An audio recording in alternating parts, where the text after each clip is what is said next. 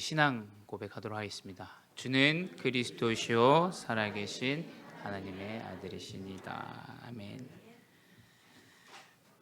네, 좀 어색합니다. 이상하게 좀 어색하고 좀 감사하고 우리 먼저 목사님을 놓고 좀 기도해 주시면 감사하겠습니다.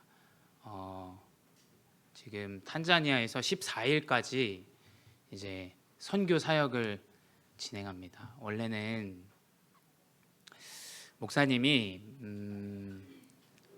성지순례를 가셔야 됐어요. 성지순례를 가셔서 이제 이스라엘 가셔야 되는데 아시다시피 지금 이스라엘이 전쟁 중입니다. 그렇죠? 전쟁 중이기 때문에 이스라엘을 갈 수가 없는 상황이어서 저 같으면 사실은 좀 여행을 갔을 것 같아요. 저는 누가 또 이렇게 후원해 주시고 하시면 저는 냉큼 저희 와이프한테 얘기해서 우리 어디 한번 가볼까 이렇게 얘기해서 구경하고 이렇게 갈 것 같은데 감사한 것 같아요. 목사님 하시는 그 사역 가운데 오직 그리스도 이것만 전달되도록 우리 기도해야 됩니다.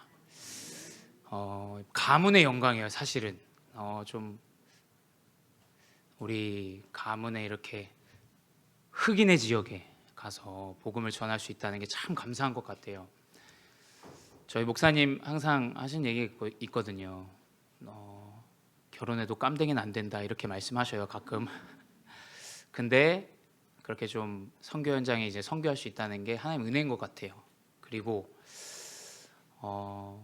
가문의 영광입니다. 정말 저희 가문의 첫 번째로 지금 그 아프리카 지역에 가서 복음을 전하시는데 그게 저 하나의 은혜인 것 같아요. 그래서 끝까지 14일까지 놓고 기도해 주시면 감사하겠습니다. 우리 오늘 말씀의 제목은 그리스도 예수의 일꾼이라는 말씀의 제목입니다. 우리 로마서는 아시다시피 배경을 다 아실 거예요. 로마 교회에 대한 바울의 편지입니다. 로마에게 포로돼 있고 속국돼 있는 상황이에요. 그 상황 가운데 이 로마서는 바울이 내가 로마로 들어가겠다라는 전보를 전하기도 하고, 특별히 그 로마 교회에 그리스도 언약, 이 믿음의 언약, 정확한 전도 선교의 언약만을 로마서는 기록하고 있어요. 계속 로마서에서 말하는 것은 이방인을 향한 메시지예요. 이방인을 향한, 다민족을 향한 메시지죠. 왜냐하면 그 로마의 현장에는 지금 다민족들이 다 들어와 있어요. 강대국이기 때문에.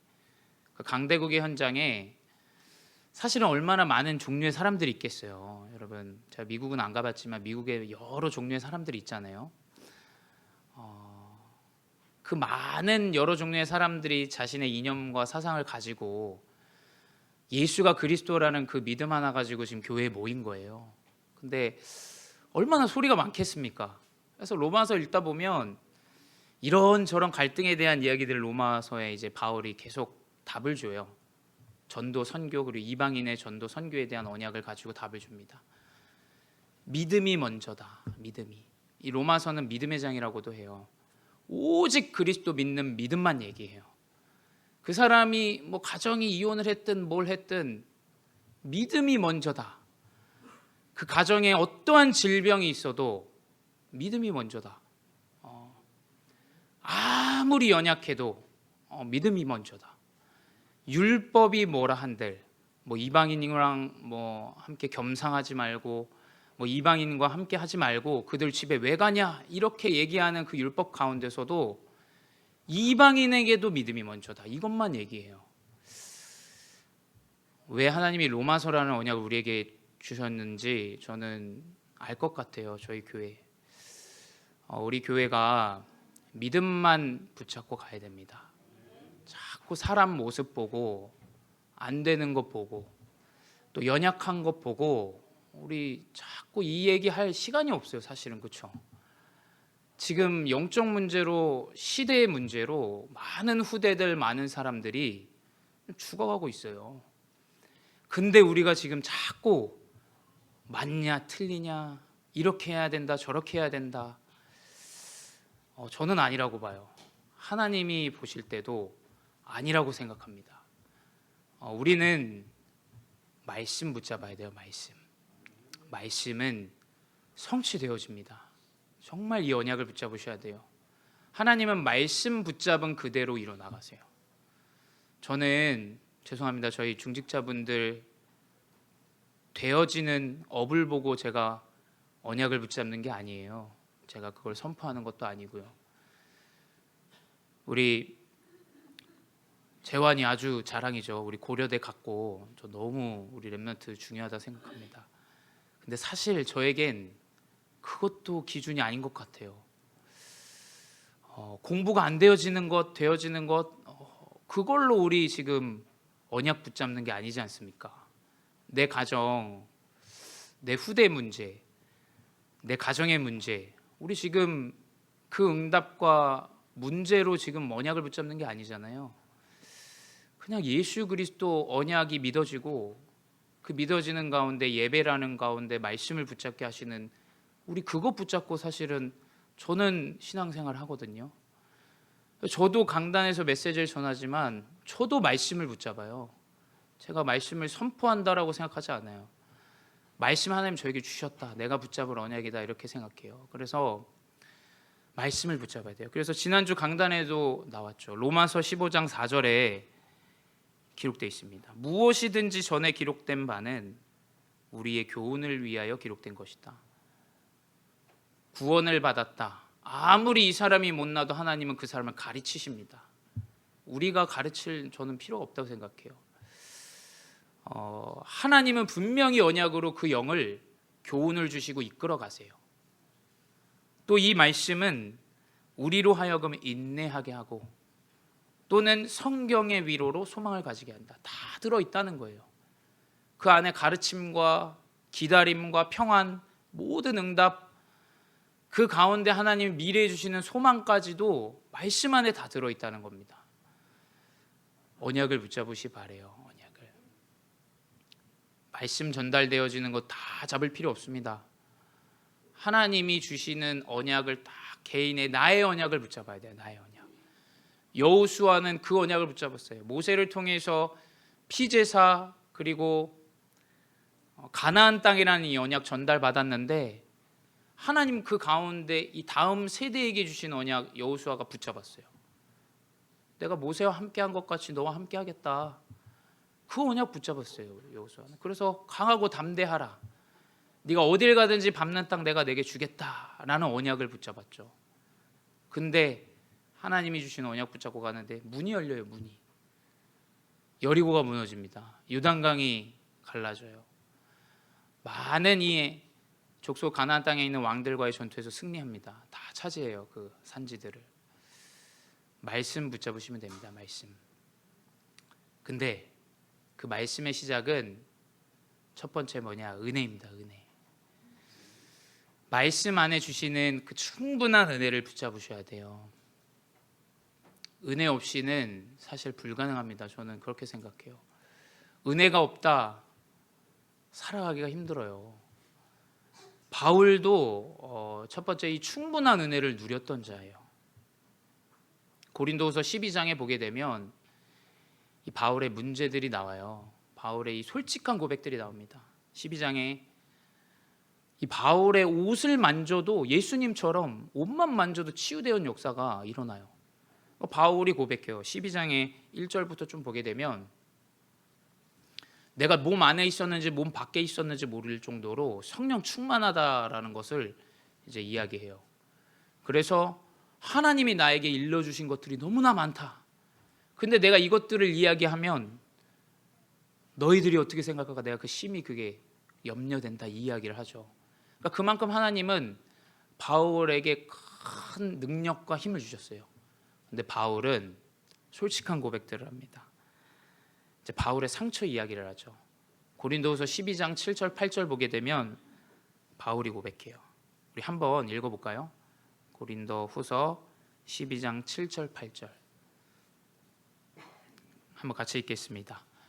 여러 계시를 받은 것이 지극히 크므로 너무 자만하지 않게 하시려고 내 육체의 가시 곧 사단의 사자를 주셨으니 이는 나를 쳐서 너무 자만하지 않게 하려 하심이라.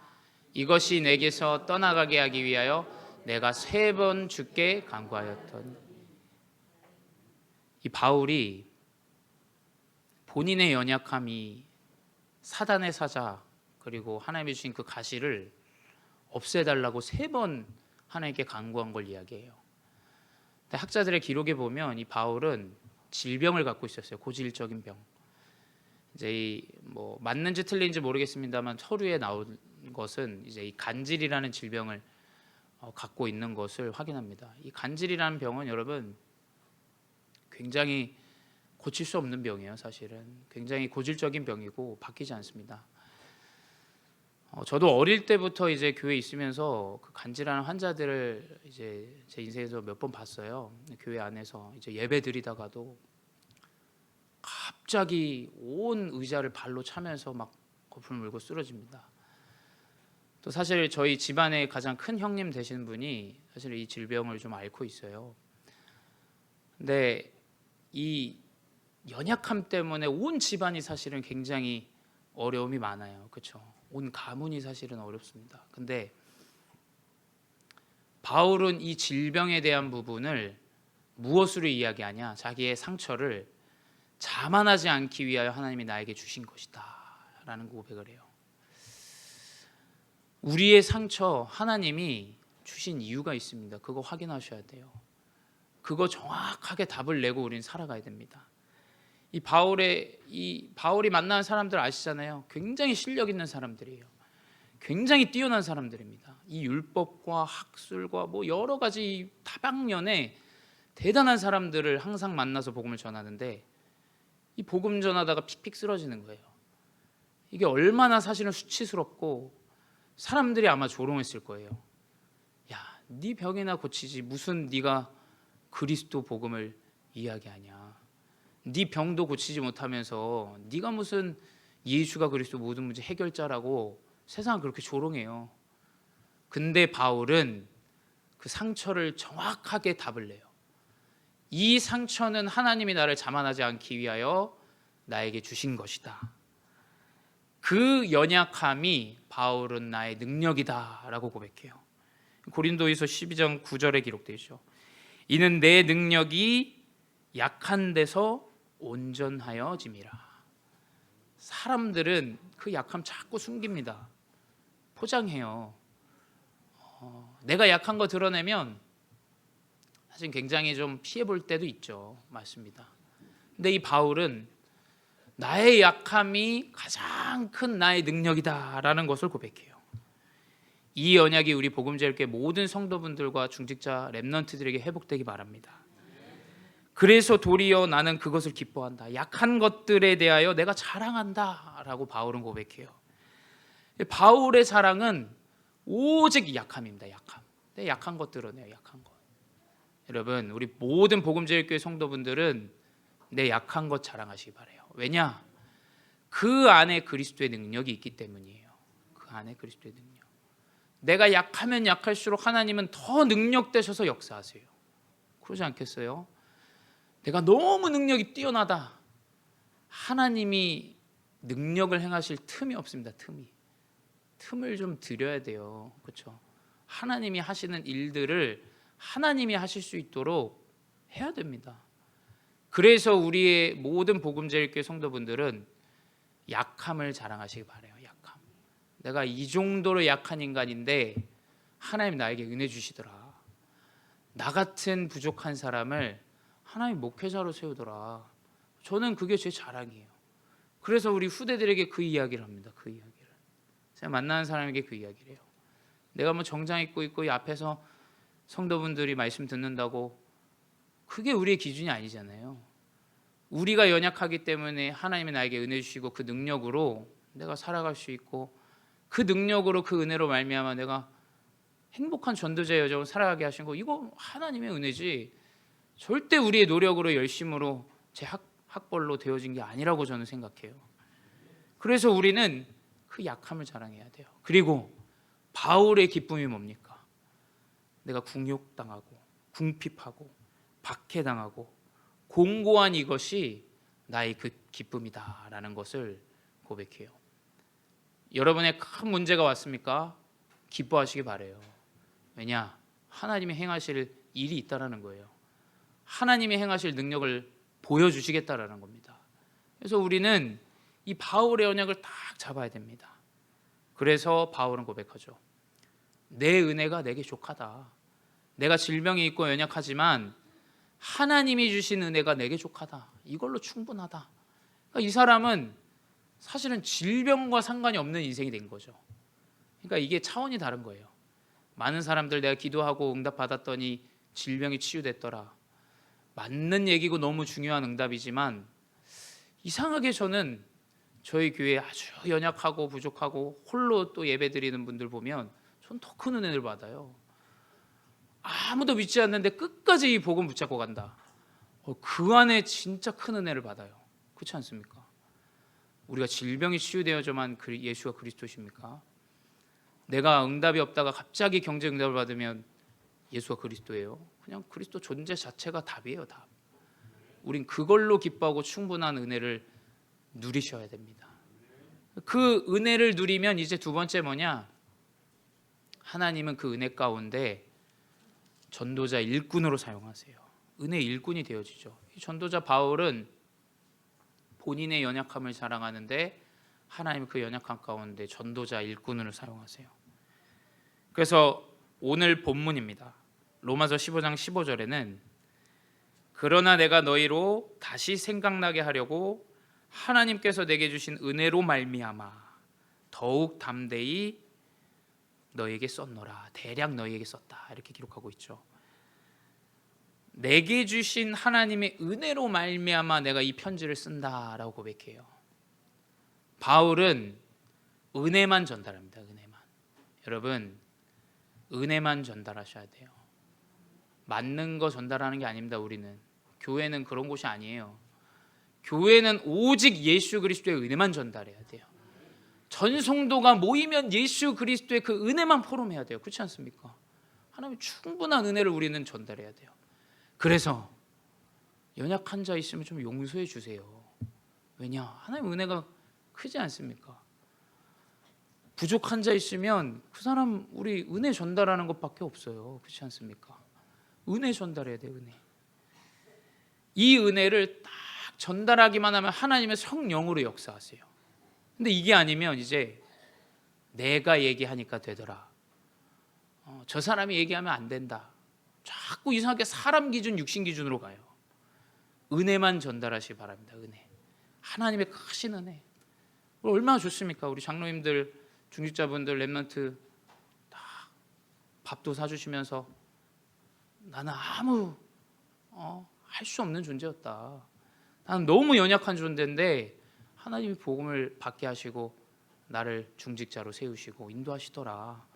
그 렘넌트에게 크게 각인됩니다. 그게 각인되어져. 야, 네 서울대 가서 성공해라. 그 학원 학교 다 얘기해요. 그거는 어디 복지관 가도 다 얘기합니다. 그거는 지금 우리가 그걸 전달할 지금 시간표가 아니라고 저는 여겨져요. 후대에게 뭐냐? 오직 하나님이 살아계신 예수 그리스도의 은혜만 전달해야 돼요. 그 은혜만. 그 은혜를 전달하는데 이방인의 일꾼으로 하나님이 바울을 세우십니다. 로마서 15장 16절에 기록하고 있죠. 이 은혜는 곧 나로 이방인을 위하여 그리스도 예수의 일꾼이 되어 라고 기록하고 있죠. 이방인이 누굽니까? 우리 새신자도 계시고 또 복음을 모르는 자, 또 얼마나 많습니까? 영적 문제에 시달리는 자, 정신 문제에 시달리는 자, 또 질병에 시달리는 아주 힘든 가정들, 또 개인의 실패로 너무 연약하고 어려운 사람들, 그리고 인생이 완전히 바닥까지 실패한 사람들, 또 다민족, 심지어 범죄자, 또 심지어 성소수자까지도 우리는 그 사람들의 일꾼이 돼야 돼요. 그렇죠? 예수 그리스도 증거해야 됩니다. 저는 제가 그 사람들 앞에서 우리가 어떤 복음으로 우월하다, 하나님 그러려고 우리에게 복음 주신 게 아니다라고 생각해요. 우리는 무조건 현장의 이방인들을 살리는 전도자가 되어줘야 돼요. 그래서 어제 사실은 김창호 장로님이 이제 주중에 연락이 오셨어요. 그래서 장로님이 떡볶이집에서 애들이 이제 축구하러 가겠다 이렇게 얘기하시는 거예요. 그래서 감사하다라는 생각하고 이제 토요일 날 갔는데, 아니 애들이 너무 어린 거예요. 이게 저는 지금 꽁을 차는 걸 좋아하거든요. 근데 애들이 뭐 1, 2, 3학년, 4, 5, 6학년, 뭐 5, 6학년도 없고 뭐 4학년, 5학년 이렇게 있더라고요. 그래서 오늘 꽁 다 찼다. 이거 뭐 애들보다 오겠다 이 생각으로, 사실 죄송합니다. 제가 그 정도 수준으로 이제 생각하고 장로님이랑 같이, 장로님은 너무 기쁘시니까 막 타셔가지고 애들 같이 갔거든요.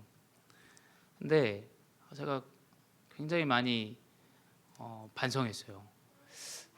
장로님 공은 안 차셨지만 바깥에서 잘한다 하시면서 막 웃으시는데 저는 그게 너무 듣기가 좋은 거예요. 그리고 또 우리 장로님 집사님 오셔가지고 우리 랩런트들이랑 어떻게 보면 사실은 어찌 보면 좀 아이들 놀아주는 걸 수도 있어요. 그렇죠? 사실은 이게 그리스도 이방인의 일꾼이라는 언약이 없으면 사실 이제 이게 지속이 잘 안 됩니다. 왜냐하면 가치 없다고 보거든요. 의미 없다고 봅니다. 우리는 무조건 후대와 이방인을 살릴 수 있는 걸 선택해야 돼요.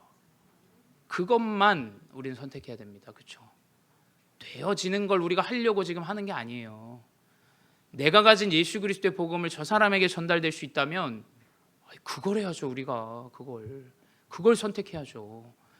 저 작은 렘넌트에게 예수 그리스도 복음이 증거된다, 우리 그걸 해야 되는 거예요. 그 장로님 집사님 아무 교회 와라 이런 소리 한 소리도 안 하세요. 그냥 렘넌트들이 좋으신 거예요. 그냥.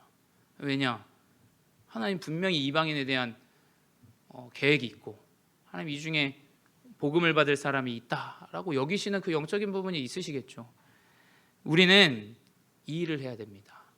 근데 목사님 그러다가 교회에 진짜 목사님 살인자 범죄자 오면 어떻게 하시려고 그래요? 그거 가르쳐야 됩니다. 우리가 그런 사람도 복음으로 살릴 수 있다, 그런 사람도 용서해야 된다 라는 걸 이야기해야 돼요. 자꾸 지금 세상은 틀린 거 이제 내가 맞다라는 이야기들밖에 안 합니다. 우리 후대에게 제가 봤을 땐 그건 아주 큰 교육이 된다고 생각해요. 진짜 은혜의 교육이 되어집니다. 그래서 우리는 이 이방인을 향한 일꾼이 되어줘야 돼요. 그래서 글로벌 ITF 이 태권도 너무 중요해요. 그렇죠? 너무 중요합니다. 하나님이 저는 이루실 거라고 믿고 있어요. TCK 가운데 우리 다민족 교회 예배 시작할 때 목사님 주셨던 언약을 붙잡기 때문에 다민족 중직자, 다민족 목회자 하나님 이 중에서 허락하실 것이다, 이 언약 주셨어요. 누군지는 모릅니다. 근데 하나님 그 중에 언약 붙잡은 일꾼이 있다 믿고 있습니다. 그래서 우리 세 번째 뭐냐, 그 은혜 가운데 세계 복음화의 일꾼이라는 거예요. 세계 복음화의 일꾼.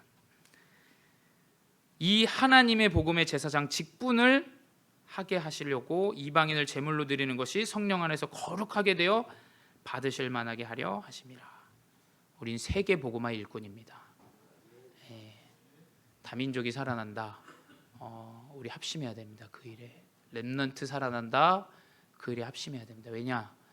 이 렘넌트가 이 다민족이 자라서 어떤 복음 운동의 주역이 될지는 우리는 알 수 없어요. 그래서 우리는 이 언약을 붙잡고 곳곳에 빛의 망대를 세우는 겁니다. 빛의 망대. 그게 내가 어디 있든, 내가 업의 현장에 어디든 멀면 전 더 좋다고 생각해요. 멀면 멀수록 그 현장의 망대 빛을 비출 수 있다, 더 좋다. 그래서 그 언약을 붙잡고 우리 모든 중직자분들이 세계 복음화의 일꾼임을 언약으로 붙잡으시기 바랍니다. 여러분이 뭐 돈이 많고 뭐 되어지기 때문이 아니에요.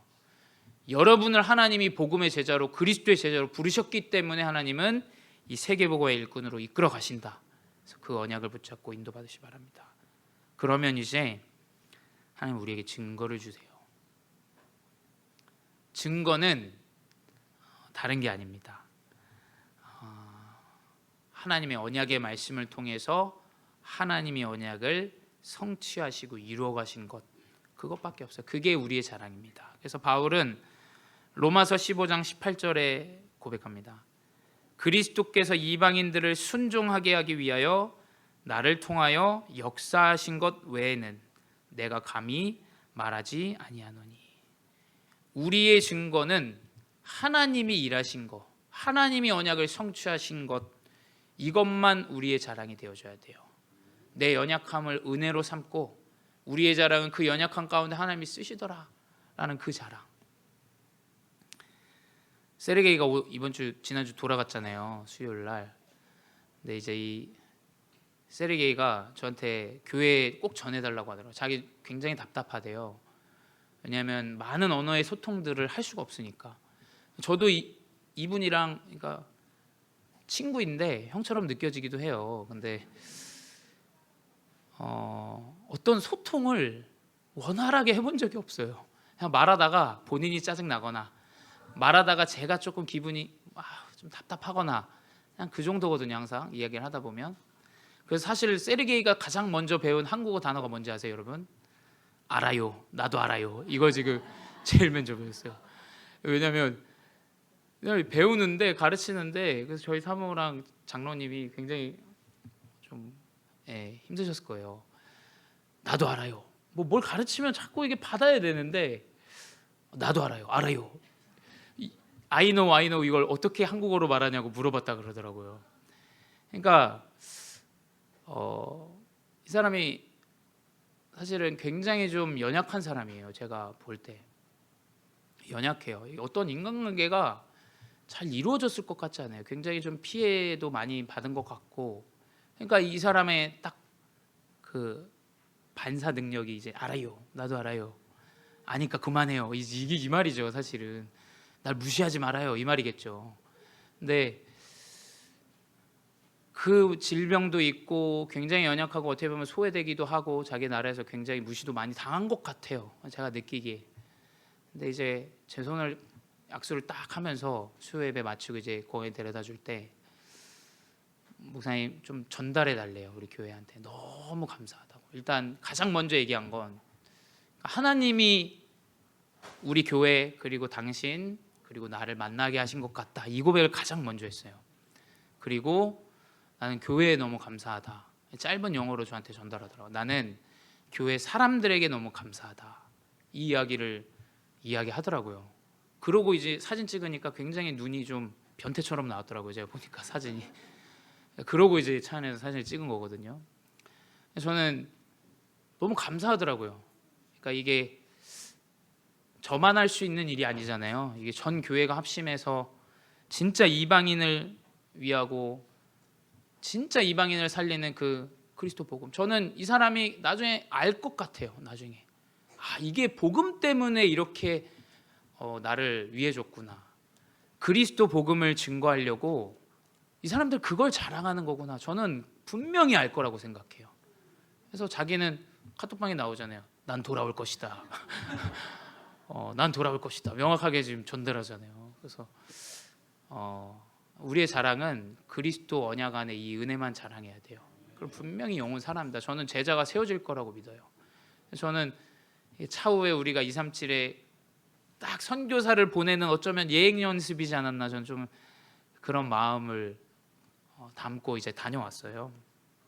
그래서 우리의 자랑은 오직 하나님이 역사하신 것, 이것만. 그 가운데 성령의 능력. 로마서 15장 18절 19절에 기록되어 있죠. 말과 행위로, 은혜라는 거죠. 내가 말씀을 받고 그 행위, 은혜로 말미암아 내 삶이 바뀐 그 행위로 말미암아 표적과 기사와 능력으로, 성령의 능력으로 이루어졌으며, 우리의 은혜의 증거는 성령의 능력입니다. 하나님이 일하셔야 돼요. 하나님이 역사하시는 거예요. 여러분, 하나님이 일하셔야 돼요. 그렇죠? 내가 일하는 게 아닙니다. 내가 일하면 우리가 하나님을 왜 믿겠어요? 내 자녀의 문제 하나님이 일하셔야 돼요.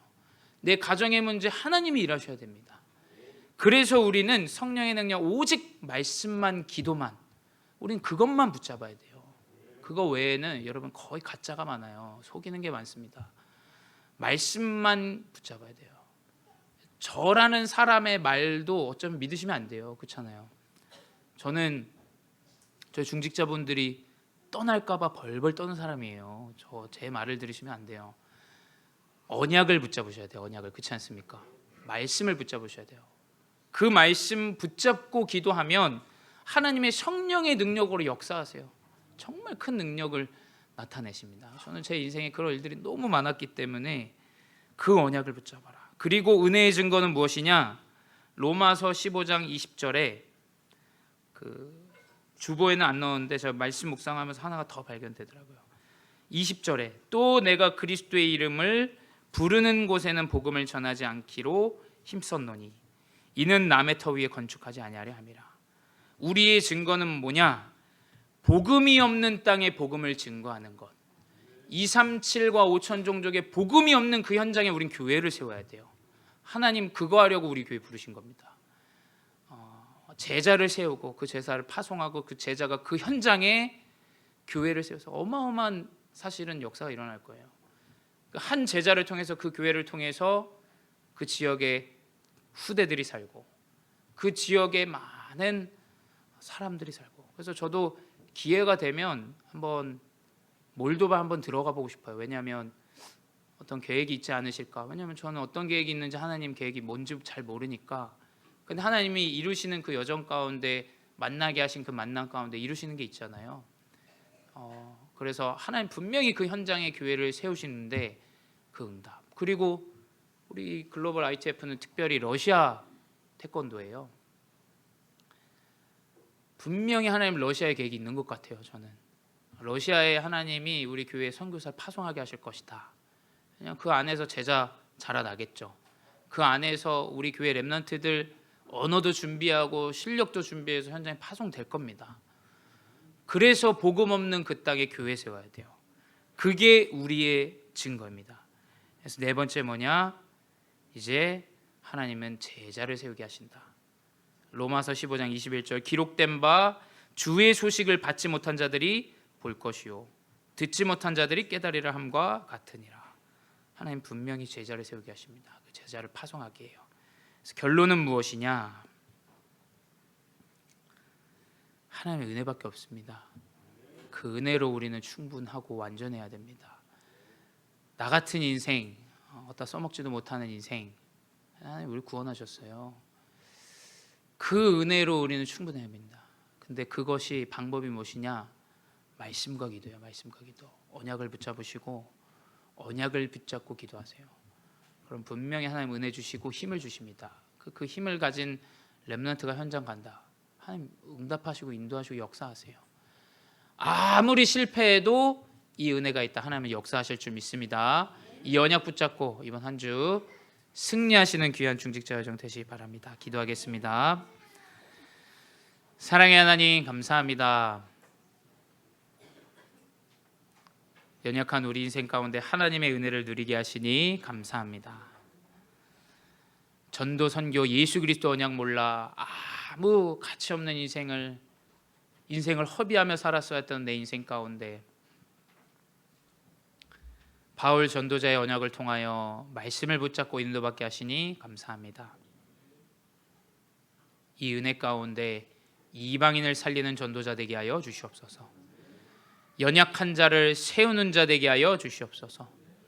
실수하는 자를 용서하는 자 되게 하여 주시옵소서.